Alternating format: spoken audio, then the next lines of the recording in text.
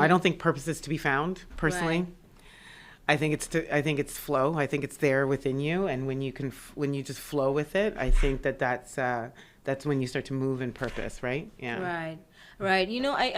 I heard something in what you said about, when you take yourself out of those negative situations, which is like you're looking at it from like an outsider now, when of course when the healing and everything has happened, but that experience sometimes is not as easy as you just said it.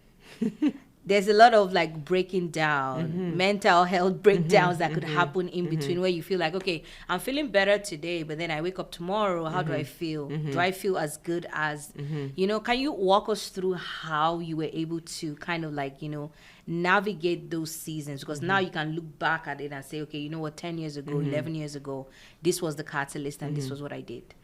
Yeah. And I think that we talked about it earlier, like when we start to think about like, books, like I was a voracious reader, right? I read a lot of books, and like I said, a lot of them were just, they threw out these philosophies, these practices, these ways of being, and I was like, why don't I try? And I think, to what you just said, who was the author?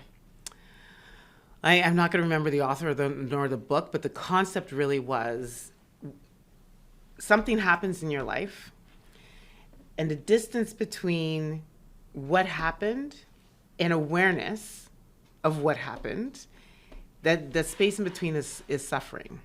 And I do believe the longer you suffer, the more likelihood you're to get into mental health and a lot of those type of issues, right?